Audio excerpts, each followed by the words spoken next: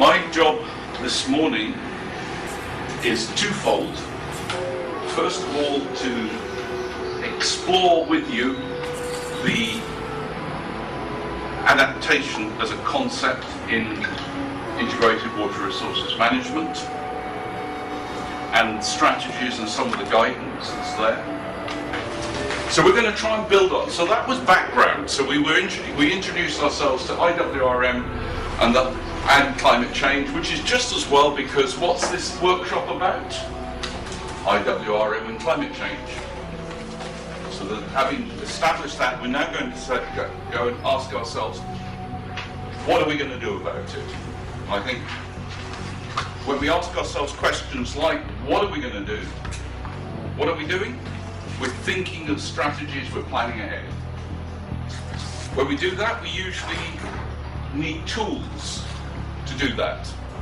So what we're going to be doing, I'm going to try and go through this morning, is some of the tools, some of the guidance that is out there.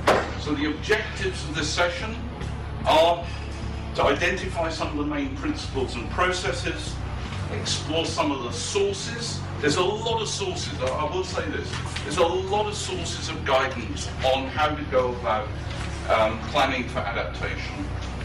There's a lot, I'm not going to go through them in detail. In fact, given the amount of material we have to cover, I'll probably just touch on them and you can have a look at them. Possibly this morning, possibly later, we'll see as we go through. Explore some case studies of adaptation. Again, there are one or two examples from the Caribbean, and we're going to have a look at those, and then try and look at some of the linkages between adaptation and mitigation. Not necessarily in this order, by the way. Alright, so adapt. Let's start thinking about adaptation. Adapt to what? Why are we getting worked up about adaptation? Because the point I want to put to you, and you'll see, I hope, the linkage between this and climate change as we go through, that even if we discard climate change, even if we forget about that, we don't think it's going to happen, maybe. But water management, the way we manage water and water resources, is influenced by climate. It's influenced by climate because of the pathways through which climate and water are connected. They're connected directly, and we talk about the water cycle. Remember that, presumably, from school. Yes? However, point for you to think about, we talk about the water cycle. I want to suggest to you that these days, and has been for quite some time, it is probably more informative to think of it as a hydrosocial cycle, because we have interfered for our own benefit in a natural water cycle. And some of the things that we're trying to address through integrated water resources management arise because of us as a race trying to satisfy our needs. So it is, and then we put laws in place, we put codes of practice in place, we put infrastructure in place that modifies the flow of water through the environment. So I'm suggesting to you that it is probably more informative to think of this as a hydrosocial cycle. And climate also affects water resources indirectly through, let's say, the effects on the environment, things like the connection flows and flows in rivers vary through vegetation, through the way we use and consume water. So there are both direct connections between climate and indirect. But, as I've suggested, water management is also influenced by socio-economic conditions and how we provide services. So, and water management both individuals and society. We've always been adapting. Let's just share a little bit of history, water history. We've heard of how, or we've read about how irrigation started in Egypt along the Nile, in Mesopotamia along the Tigris and the Euphrates. We hear less actually about how it started in China, in the center of China, but we've also heard maybe something in Iran.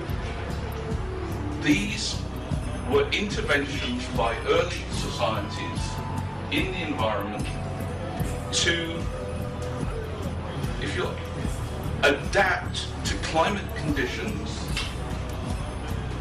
intervene in the water cycle so that societies could flourish. So we have been adapting for a long time. So the question is then, skip that. The question is, why are we getting so worked up about adaptation now? I want to illustrate why we need to think about adaptation, and specifically in the context of climate change, by this example. In 2009 and 2010, as you may be aware, in the Caribbean region, there was a drought. And various countries, as we went from 2009 into 2010, various countries around the region were reporting the impacts of this period of below average rainfall on their water resources. And we can see something of this in the case of Kingston and Andrews. Where very severe drought affected 600,000 people in that area. Remember, Jamaica's got a population of around about 3 million. So we're talking significant. Water production fell on average by 40%. Actually, in some production facilities, it dropped by 90%.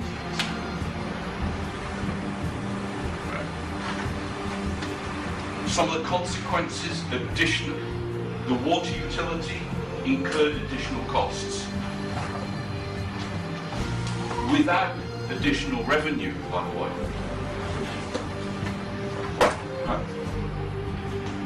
There were public health threats because people were desperate for water, businesses were desperate for water, so they went and they started using, let's say, unregulated sources, which would have added cost either to operations because it's poor quality or threats to human health. But the social consequences, the social impacts, for example, there was noted increased mental stress and anxiety, learning problems amongst children due to school closure, reduced nutrition. I'm showing this to try and illustrate to you that as we think of climate change and what it might do, it's not just the physical impacts on the resource. It's not just the impacts on taking from a source to supply. It's the social and economic impacts as well. So if this is the sort of thing that we might anticipate, does it not make sense to say to ourselves, to ask questions, what can we do about it? So that, in a way, is what this course, this workshop is about. Any questions so far? Good. Why do we need to adapt? I think you might have touched on this yesterday. No? I see nodding heads. Or shaking heads, I should say. Right, why do we need to adapt? What is happening? We've talked of drivers, we've talked of impacts, but why do we have? Because weather has always been variable. Is it going to change so much in the future that we need to worry? Well, the answer seems to be yes, because we seem to have two processes going on. First of all, this one's looking at temperatures. much of what we do when we take measurements is based on the idea that events are normally distributed. What does that mean? It means that if I shake a die, an infinite number of times, there is an equal probability that 1 will come up the same number of times as 2, will come up the same number of times as 3, as 4, as 5, as 6, as 7. Now, hang on, not 7, that's not on the die, is it? No. So they'll come up an equal number of times. It's this idea that but if we take a smaller sample, we might find that 5 comes up more times than 4. But it's the idea that that with large numbers, you will get a sort of distribution around a mean. So with we talk of average temperatures, don't we? Right, so we would turn around and say that in any month, the average temperature is 30 degrees. The average temperature over the day of life is 30 degrees. But we know it's not always 30 degrees, don't we? We know that on some days, sometimes it could be 35, 36, 37, whatever. Equally, at other times it could be 20, 21. It's often said that the Maya civilization in Central America failed because of climate change and the impact that that had on its water resources and the way it managed its water there. And in fact, more recent work suggests that actually that collapse was quite rapid. One of the reasons is they didn't have climate models. They may have had a calendar that said the end of the world was coming in 2012, but they didn't have climate models. So their information base was poor. So if you like, their ability to adapt, to anticipate, was much less than ours. Right? But that's an example. If you don't adapt, if you don't do something about it, then it could be the end of civilization as we know it. Time to call in Bruce Willis. And the other reason why we get passionate about water is that we say that water is the primary medium through which climate change is going to manifest itself. So it makes sense for us to be ahead of the curve.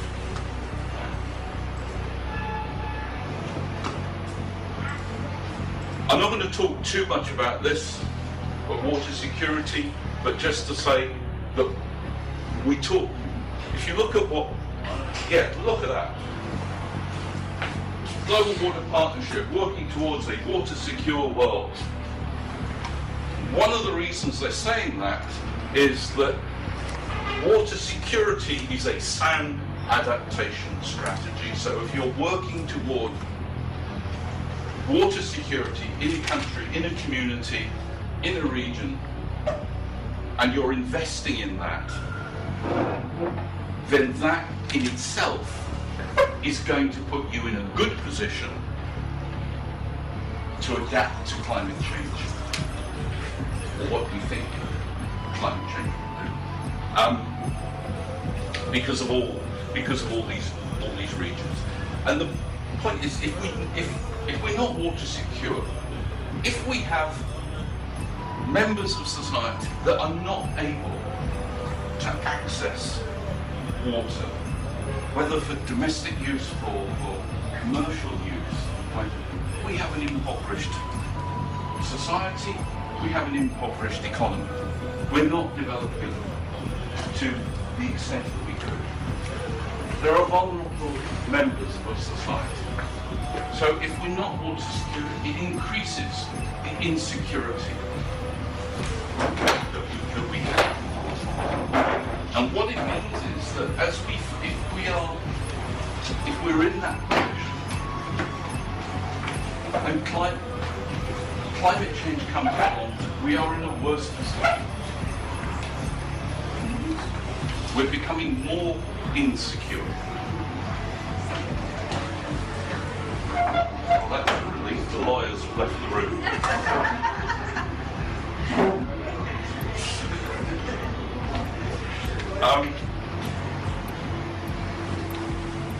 So what it does is it makes a bad situation worse. Let me use the example of Barbados, where I live. Barbados is using variously about 100% of its available water for water supply and economic uses. If you ask my opinion, and I'm sure my friends in BWA would disagree with me vehemently, I'd say that they are not managing their water resources or their water distribution system well.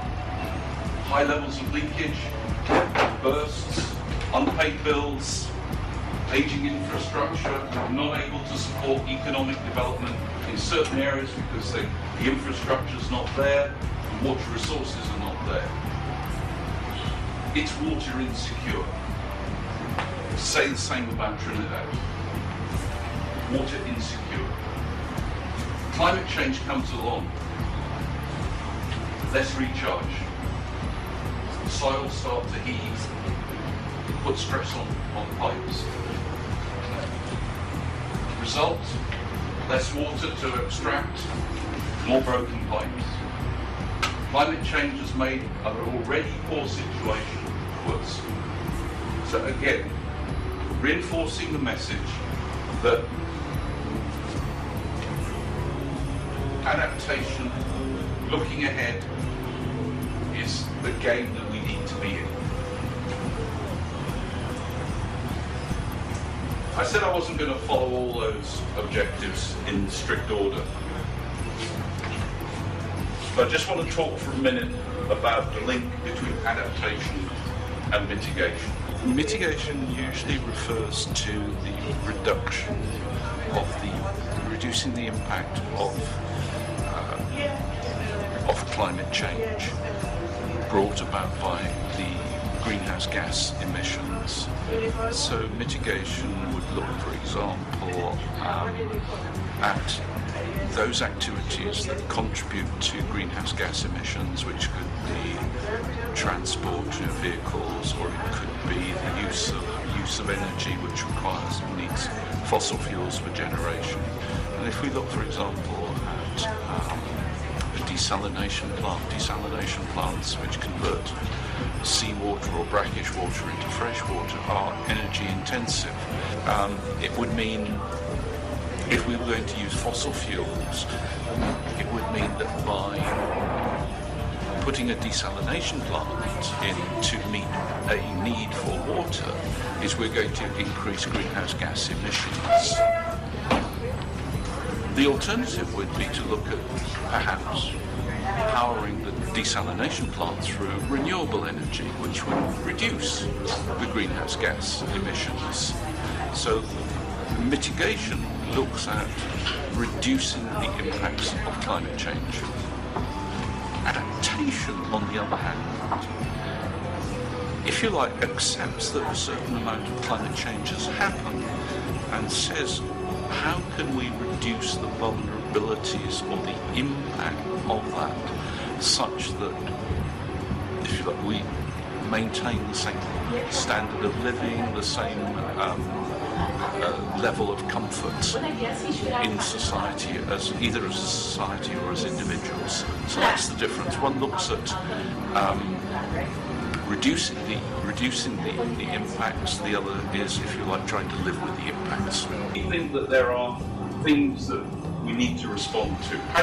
So we have a choice. We have policy. We have choices which inform policy. We can either mitigate or we can adapt. So what's the difference between mitigation and adaptation? Adaptation is about coping. Mitigation is trying to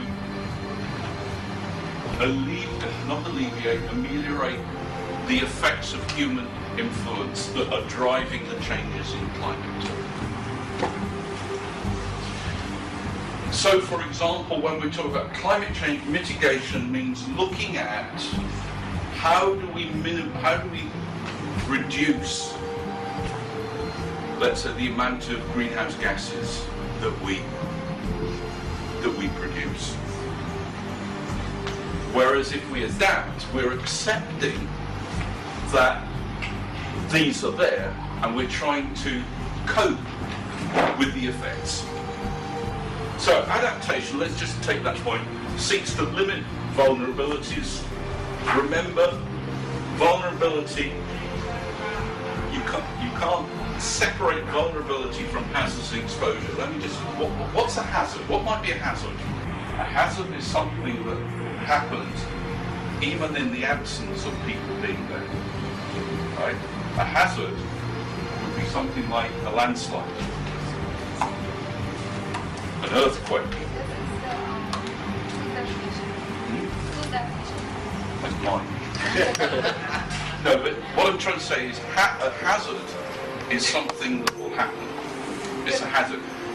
What we need to look at is, if that happens, who is impacted or what is impacted? So when we have to think about things like exposure, a landslide has the potential to cause harm.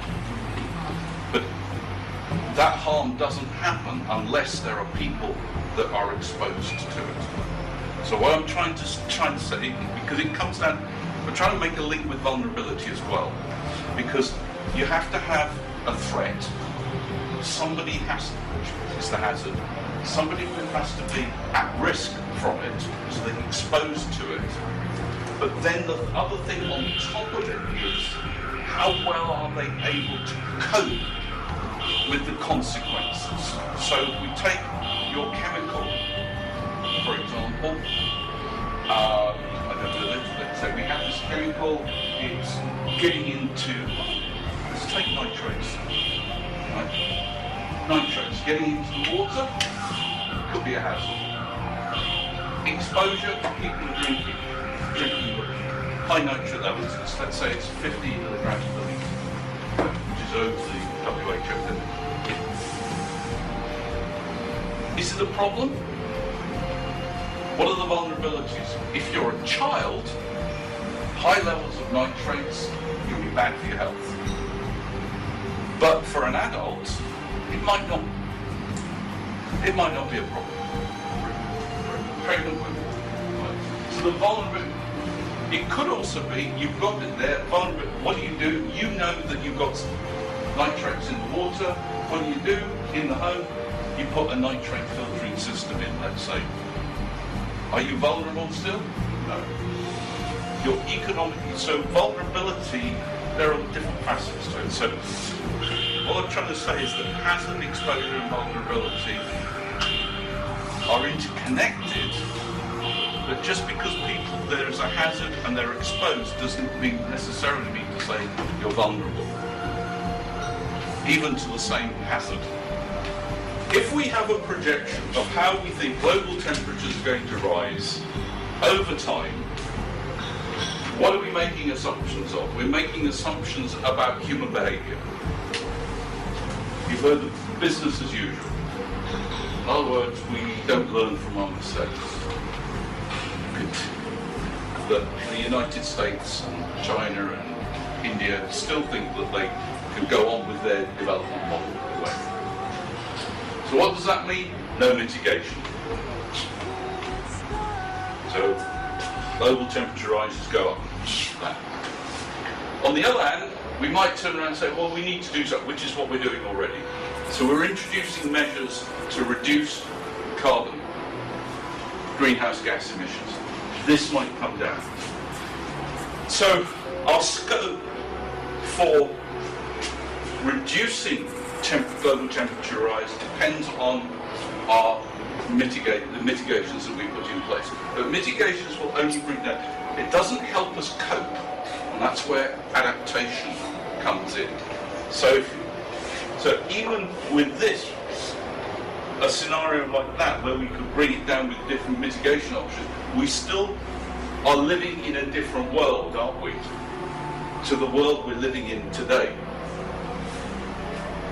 So the question is, how are we going to live in that world? We're going to have to put we're going to have to accept that the reality of that world, and we're going to have to do things differently than we do today. So we're going to have to adapt. So the scope between mitigation and adaptation, they are linked together. Yes. What about the arguments? Let's do it anyway because we're going to adapt.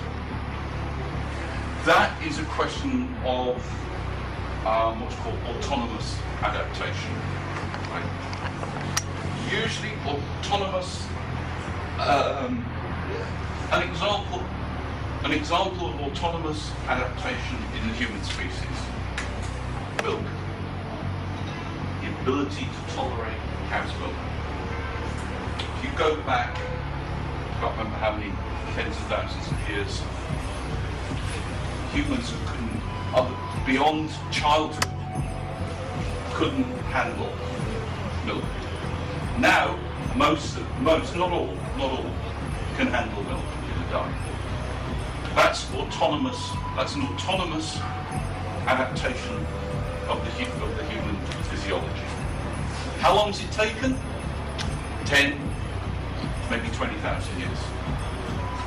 Climate change is happening faster than that. Autonomous adaptation usually takes time. So another autonomous adaptation would be the migration of forests. As climate has changed, forests, tree species have certain tolerance limits, and they will move as forests die, reseed themselves, they move. It takes time. If you have a climate change that takes place in 50 years, some tree species live hundreds of years. So autonomous adaptation is not going to cut it.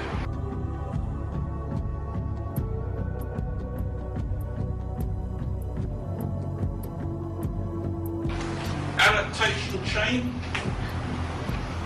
This is just where we want to prevent things happening. How do we do it? How do we prevent the consequences? We look at resilience. Improve resilience, we prepare, respond and recover. That's the sort of general chain of adaptation. Some of the things that I do want to have actions based on assessment and evaluation. In other words, we have to have some idea of what we are going to adapt to. Said it before. We need to have some idea of what that future might look like. And when we talk about future, we're talking uncertainty, aren't we? Because we're not absolutely sure of what that future might be. There's so many things that might change, aren't there? You know, you could walk out the door today and, I don't know, you have your life planned out, don't you? I think you have a nice career path planned out, right? You walk outside the door, somebody comes along, they say, you know what? What's your name? Monica. Somebody says, you know what? I think you're a really smart person. I want you to come and join my company and I want you to run it here in Guyana. All of a sudden, your whole life's changed because you've said yes, by the way, to that opportunity. Uncertainty. So we have to recognise that there are uncertainties. Adaptation to short-term climate variability, basics reducing vulnerability to longer. We said this before. And I've also talked about the socio-economic context within which we do these things. This is just reinforcing, I think, some things that I've already said. So I got ahead of myself. Uncertainty. Concept may not be well understood by politicians. The other thing, stakeholders. I don't know what you think about stakeholders. I find that this word stakeholder is well overused. We must involve stakeholders, right? Let me ask he identified stakeholders as being only one bunch of people. Talking about holders, so people like rights holders, interest holders, others who might represent, had a stake or a hold because they represented particular interests. So I find that actually quite an interesting typology.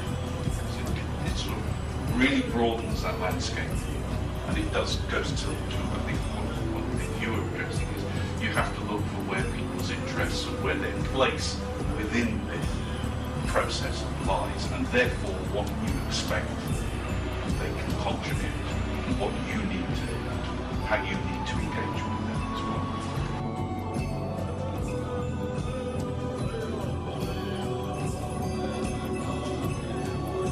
So development of an adaptation strategy. What we said, we might want to know what the vulnerabilities, so we need something about the hazards, the exposure, the characteristics of those who might be at risk of their particular vulnerability. So we need information. We put that together. Vulnerability, we look at the impact assessment we're looking at. So we might say in a case like that, what are the impacts on the society or particular communities? We'd also be saying, well, what do we think the impact might be of climate change on water resources? So what will it do in Guyana? Do you have an idea of how river flows might change under particular scenarios? What would you need to be able to do that? What information would you need for that? And then you're putting all this together. So you have something about your communities, you have something about society, you have something about the economy, you have something about the natural environment, and you're looking at, given a particular scenario, where might those vulnerabilities be? Once you can't really, what do we usually do though? And I should share an example with you, again, from one of my favourite countries, which is Belize. Make no apologies for that. Favourite country for me. Particular community, they're suffering from coastal erosion. It's already collapsed several houses into the sea, very low line. So they say, right, coastal erosion, what are we going to do? They dumped a whole load of tyres along the beach. Does it work? No, it's actually accelerating erosion in some places. Why? Because there was a knee-jerk reaction. Without understanding what the vulnerability is, the processes that were involved, they've just gone straight into the development of measures. They've bypassed the whole of that. Understandably, that's not a criticism. But they bypassed all that and said, we need to do something now. Again, real scope for the politicians in there. Politicians come along, put in a whole truckload of tyres. Used tyres. There you are. Elected next election. All for a price of a tyre. They didn't do that, by the way. I'm making that up. If you're going to do that, you have to finance it, don't you? What's one of the challenges of adaptation that we have? Is finances. So when we come and look at the international situation, the international framework, it's been recognised that finance is a particular problem. And so that's why a lot of the negotiations of the conference's parties has revolved around the putting in place of appropriate financing and assistance arrangements. And if you like, much of it has been about the transfer of funds from the better off to the not so better off. And then when you do it, something that we very seldom do, we evaluate. What do we do with projects? We evaluate them virtually as soon as we finish them, don't we? Only. That was said with feeling. Do we evaluate them after 5 years or 10 years. When something goes wrong. But then it's more about finger pointing than evaluating. Yeah. Because understandably, maybe some of the funding is not there for it. The people have moved on, the documentation is not there, the original intentions, etc. Maybe. So, and to make all that work, we need the supportive policies, legal and institutional environment.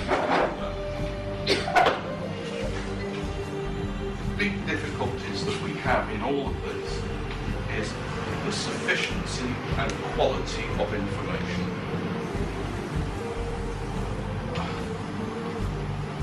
Recently looked at well production data. I see we have somebody from Guyana Water. Not, oh, sorry, it's not the utility. But, I looked at some production well data from a country not far from where I live for over a number of years, monthly production data. You know, when you look at it, some of the meter readings were the same. 3 months, 4 months, 5 months, 6 months, 1 month. Because the meter was broken. So instead of fixing it, we just kept repeating what they had before.